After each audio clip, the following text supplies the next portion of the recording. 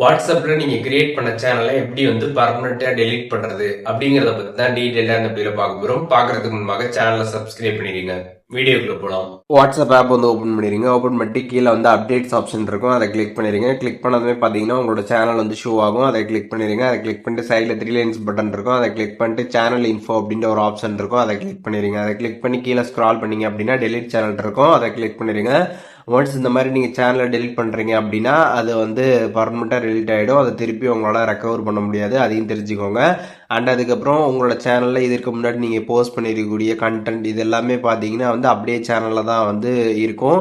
இப்போ உங்களோட சேனலை யார் யார் ஃபாலோ பண்ணியிருக்காங்களோ அவங்களுக்கு எல்லாருமே பார்த்தீங்கன்னா வந்து உங்களோட சேனல் வந்து ஷோ ஆகும். அதில் இருக்கக்கூடிய அந்த பாஸ்ட் ஆக்டிவிட்டி எல்லாமே உங்களோட ஃபாலோவர்ஸ் டிவைஸில் பார்த்தீங்கன்னா அப்படியே தான் வந்து இருக்கும். அதையும் நீங்கள் வந்து தெரிஞ்சுக்கோங்க.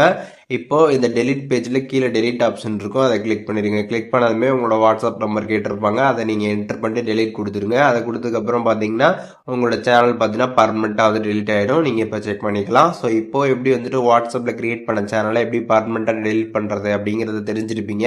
இதில் எதுவும் டவுட் இருந்துச்சு அப்படின்னா கமெண்ட்ஸில் மென்ஷன் பண்ணுங்கள், நான் எல்லாருக்குமே ரிப்ளை பண்ணுறேன்.